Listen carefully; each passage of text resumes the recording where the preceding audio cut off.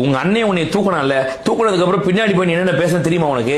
10 பேரை சீமா அவர் ஏமாத்திருக்காரு. அவன் எதை பத்தி கேட்டாலும் பேசுவாங்க, கிட்டத பத்தி கேட்டா பேசுவான். முசோலினியை பத்தி முசோலினியை பொறுத்தளவுல அவரை பாத்தீங்கன்னா அவர் என்னுடைய நீண்ட கால நண்பர். அவர் சின்ன வயசுல பாத்தீங்கன்னா அவருக்கு காலில் ஒரு புண்ணு இருந்துச்சு. அப்பதான் நான் கொண்டு போய் உனக்கு மருந்து வாங்கி கொடுத்தோம். கேப்டன் முல்லர் என்ன போய் இவர் கிளாஸ்மேட் மாதிரி உட்காந்து பேசிக்கிட்டு இருக்கேன். பொன்பரப்பி தமிழரசன் பத்தி கேட்டா அவருக்கு பொன்பரப்பி தமிழரசன் நான் தான் மோர் வாங்கி கொடுத்தோம். இங்கிட்டு பாத்தீங்கன்னா வீரப்பனாரை பத்தி மாத்தனா இந்த தமிழா பாண்டியன் ஒரு பரதேசி நாய் இருக்கிறான். அவனுக்கெல்லாம் மரியாதையே கொடுக்க முடியாதுங்க. சமூக ஊடகங்களை உட்கார்ந்து பேசுவதற்கு எந்த விதமான தகுதியமற்ற ஒரு தருதலை இந்த தமிழா பாண்டியன். எதை பத்தி கேட்டாலும் பேசுவாங்க, ஹிட்லரை பத்தி கேட்டா பேசுவான். முசோலினியை பத்தி முசோலினியை பொறுத்தளவுல அவரை பாத்தீங்கன்னா அவர் என்னுடைய நீண்ட கால நண்பர்.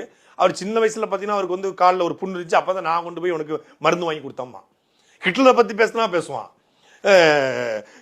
கேப்டன் முல்லர் என்ன போய் இவர் கிளாஸ்மேட் மாதிரி உட்காந்து பேசிக்கிட்டு இருக்கான். பொன்பரப்பி தமிழரசன் பத்தி கேட்டா அவருக்கு பொன்பரப்பி தமிழரசன் நான் தான் மோர் வாங்கி கொடுத்தோம்மா. இங்கிட்டு பாத்தீங்கன்னா வீரப்பனாரை பத்தி பேசினா வீரப்பனை பத்தி காட்டுக்குள்ள போகும்போது அவருக்கு அட்டைப்பூச்சி கடிச்சிருச்சு. அப்ப நான் தான் ஆயின்மெண்ட் வாங்கி கொடுத்தோம்மா. காமராஜரை பத்தி பேசினா காமராஜர் வீட்டுக்கு ஏத்து விடுதான் என் வீடுமா. முத்துராமலிங்க பத்தி பேசினா அதை பத்தி பேசுவான்.